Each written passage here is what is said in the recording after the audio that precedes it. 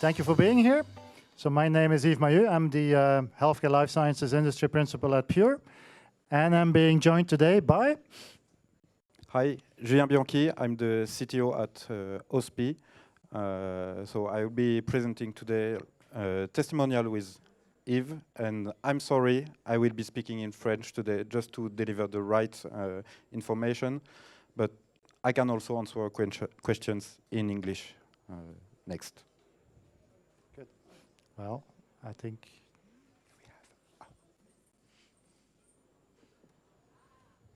Good.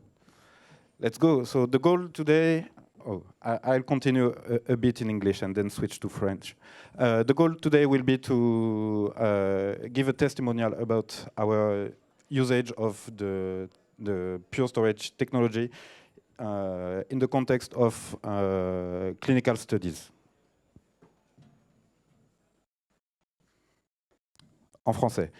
Julien Bianchi, du coup, donc, comme je l'ai dit, directeur technique chez Ospi depuis plus de 13 ans maintenant dans le groupe Ospi, 8 ans en tant que directeur technique. Du coup, rapidement, qui sommes-nous chez Ospi? Alors, Ospi, c'est une société qui a un historique de plus de 25 ans en France sur le secteur hospitalier.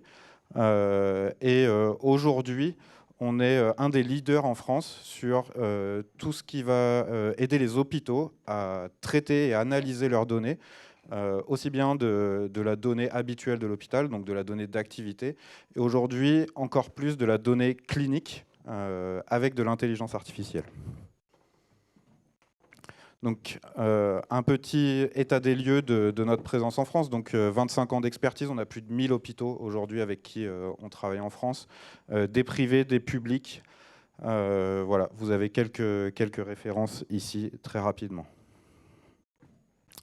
Du coup, Ospi, comment c'est structuré? Donc, comme je le disais, Ospi, c'est le regroupement de plusieurs sociétés. Donc, historiquement, groupe PSIH. Nous, on est un acteur leader en France sur le pilotage médico-économique des établissements.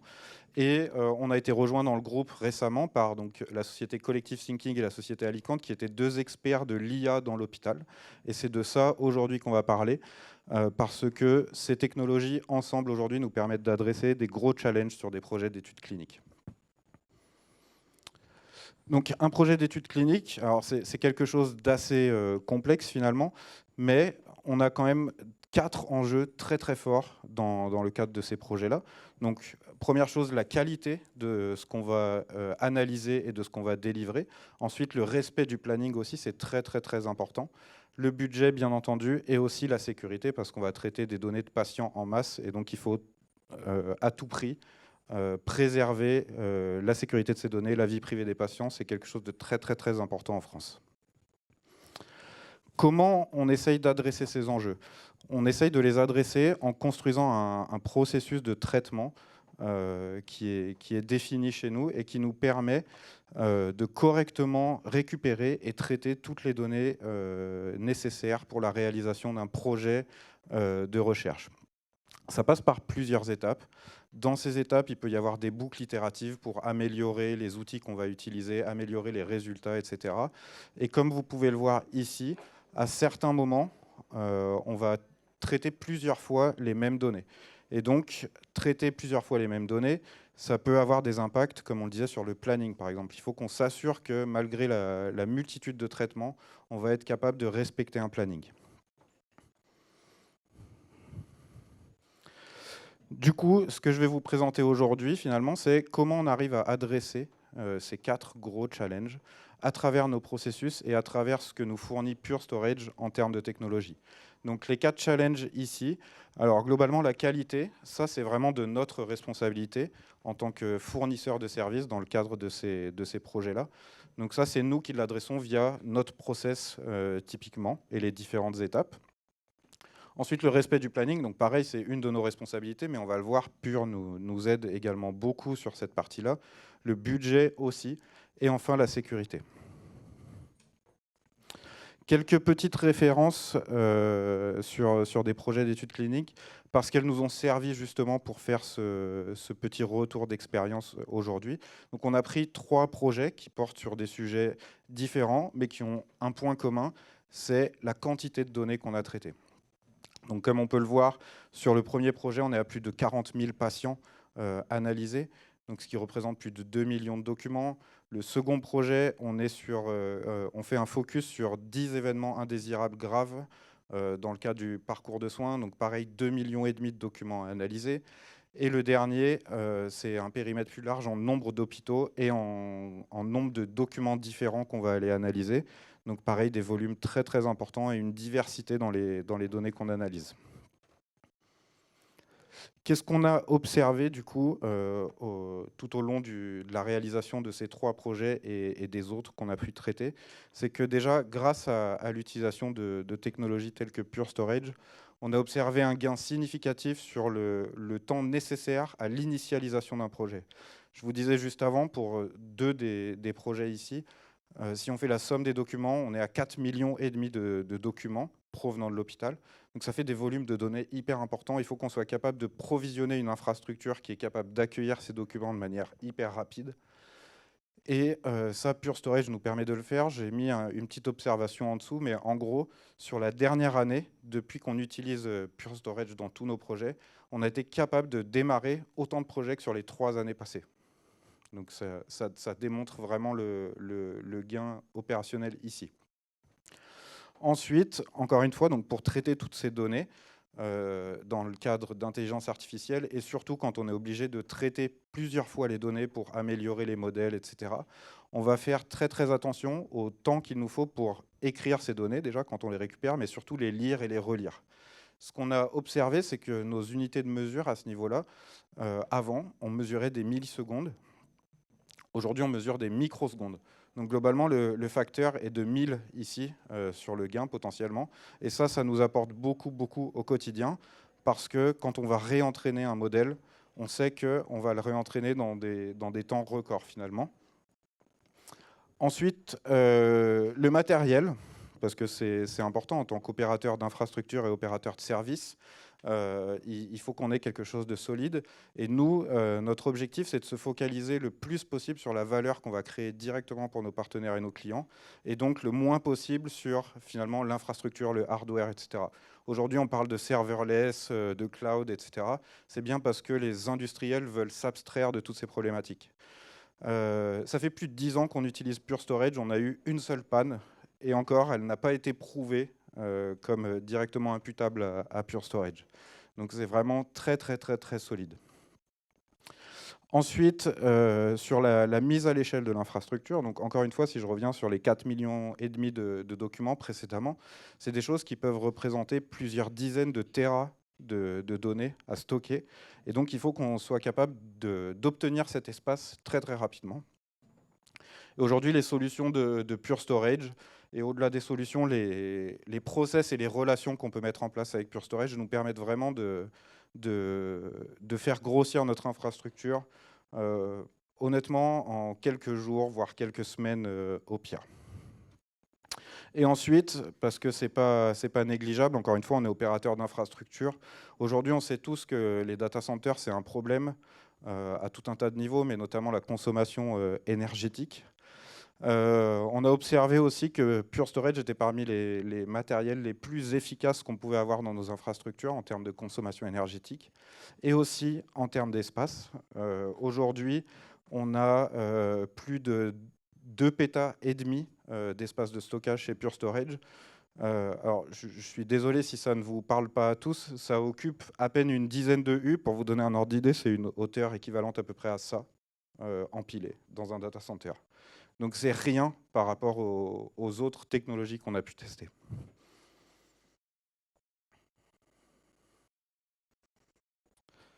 Voilà rapidement, donc tout ce que je viens de vous présenter là très très rapidement, finalement, c'est une toute petite partie de ce que nous on fait avec Pure Storage au quotidien et de ce que Pure Storage peut faire en général. Il y a tout un tas d'autres solutions. Et ces autres solutions, nous, on en utilise certaines. Donc aujourd'hui, Ospi et Pure Storage, au-delà de la recherche clinique, c'est aussi de l'infrastructure fournie à 5 clients en France, de l'hébergement un peu classique, entre guillemets, fourni à plus de 50 sociétés privées dans la santé en France, et du SaaS aussi, parce qu'on est éditeur de logiciels par ailleurs, pour plus de 100 hôpitaux en France. Et ça fait, comme je l'ai dit, plus de 10 ans qu'on le fait avec Pure Storage et qu'on est satisfait. Merci beaucoup.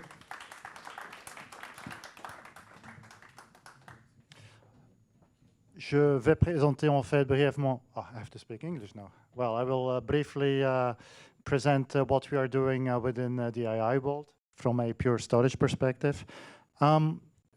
Very briefly spoken, what we try to do is decomplexify any AI project. We learned today from many speakers that any AI project is based on 3 pillars: data, compute, and the algorithms. And it's around these 3 pillars that we are working to make alliances and to industrialize the whole go-to-market and the whole implementation of any AI project. It means basically that our ambition is to provide an off-the-shelf type of technology platform that includes the data layer, the compute layer, and the algorithm layer together with partners to make sure that your AI project can be run as fast and as smooth as possible within the shortest possible time frame. And of course, we all have these AI projects where we have different stages and different needs, of course. It has to be performant. You want to train the models as fast as possible. You want to have as many data and possible data forms as possible within the data infrastructure, from small files to big files, digital pathology, genomics, text files, all of that needs to be included. You want to simplify the management of it, and you want to make sure that you can start small, but you can also grow in the time. The first big alliance that we have is, of course, with NVIDIA, making sure that very briefly and very shortly that everything that we do will be run and will be scalable together with NVIDIA. The latest certification happened yesterday, so even for the very large AI projects which are requiring the utilization of the SuperPod, which is mostly, almost 1,000 GPUs, also there we have the necessary certifications. Don't think that's easier. I mean, it's a lot of compute, a lot of network, there's a lot of technical people that need to work to make sure that all of the underlying infrastructure is there to satisfy the requirements in terms of training, inference, and in order to make sure that everything is done in the most easy way as possible. And this is really now leading to a really AI platform. And this is one of the examples of a technology and a solution that we are bringing to the market together with NVIDIA, which is basically AI in the box. It has the data layer, it has the compute layer, the data layer being Pure Storage, it has the compute layer, which is NVIDIA, and it has the model layer, also delivered by NVIDIA. In this case, we're talking about everything that has to do with drug discovery with the BioNeMo platform, but the same platform will be created for the Mona AI environment, which is then has to do with medical imaging, also for the large language models. And as a user or somebody who is taking the initiative to build an AI project, basically solutions like that are basically an off-the-shelf type of infrastructure that you can deploy easily with the models being available. So you can even use your own data, have a rack in order to enhance the quality of the model itself. So you can pre-train your data using the existing models which are included in that solution. And of course, once the model has been pre-trained, you can have the inference and start using it in production.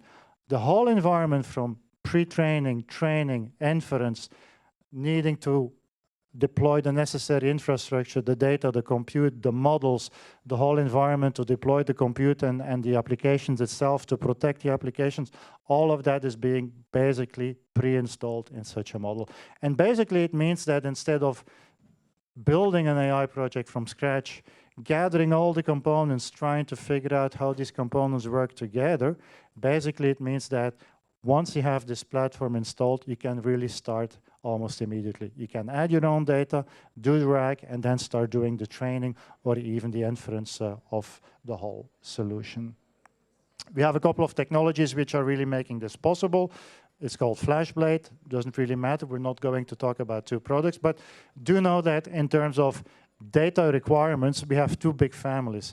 The S family stands for performance, which is really there to feed the GPUs in order to make sure that the GPUs will be as productive as possible.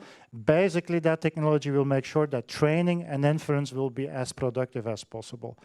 The other platform that we have is called the E platform, and that is really about the capacity to store massive amounts of data in a very small footprint. We are an all-flash company. We are basically using flash not just as a high-performance medium, but also as a high-capacity medium. Just to give you a little example of what it means, 10 years ago, I was involved into one of the biggest genomics projects at that time, Genomics England, which had the ambition, which was stellar at that time, to store 100,000 genomes of UK citizens. This project was won then by the company which I was working for, which is called EMC. In order to store that amount of data, we had to ship racks and racks, containers of storage, establish special data centers, needing a lot of cooling, a lot of very operational problems. Today, the same project, 100,000 genomes, based on the densification that we're bringing on the market using a new medium called flash. Today, I can store the same 100,000 genomes in something like this, Trius, which is 27 centimeters, consuming as much as a water cooker with a life cycle, as Jean has been explaining, of 10 years and more. Really delivering the efficiency, the ecological efficiency, the data services that you need at price points which are really required to store massive amounts of data for building better models. Because that's also important. Eh? More data is better models. And a lot of the challenges that we face today have to do with the availability of data. And people talk about the quality of data, but the first and foremost condition to have quality of data is to have the data itself. And the evolution of the storage technologies that we bring to the table today are bringing these high volumes, these big data sets that you need to build high quality models.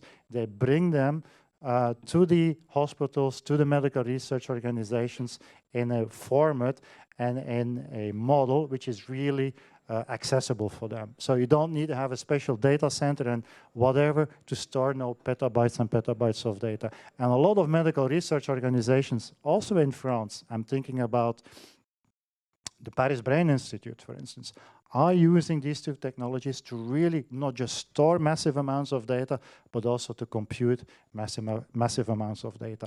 And together with the integration with NVIDIA, together with the pre-trained models that we're going to offer on that platform, we're not going to just offer that type of technology for the operational data problems, but also to enhance basically the whole workflow and the whole life cycle that you need to bring these projects not just on paper, but really in production. That's really going to be important. We are still within a very theoretical AI world where a lot of scientific papers are being released, but at the end of the day, the role of us as industrialists is to make sure that the complexity is gummed away and that people just can start using it.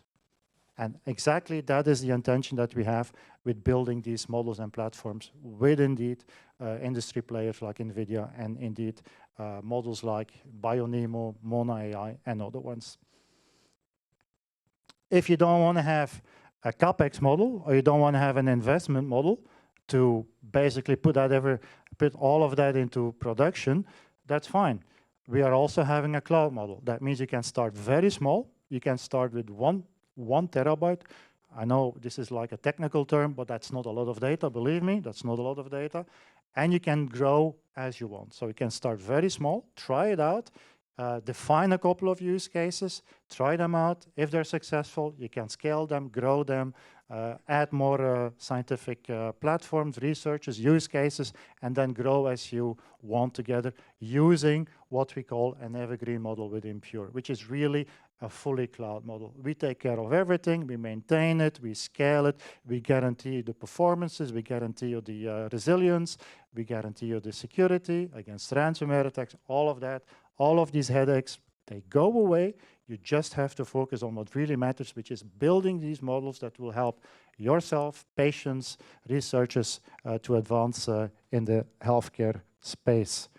And the whole platform that we have is really meant then to cover every possible use case, whether we're talking about structured data, databases, or petabytes of data that you need for genomics, pathology, imaging.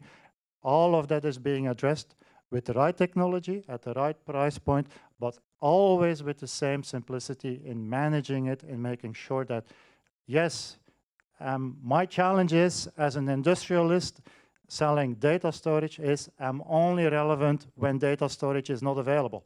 Then people call me.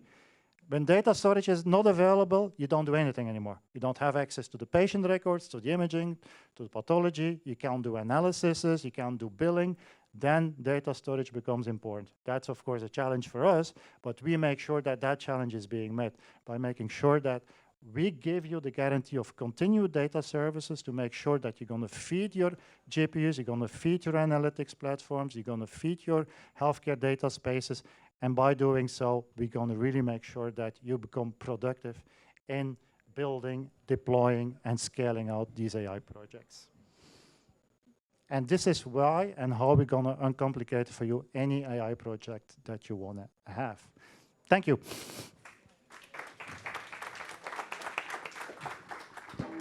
We do have time for questions. If anyone would have any, please raise your hand. Otherwise, I'd like to know, what would a new partnership look like? What are the main steps? Well, of course, you can visit us. We have a booth here.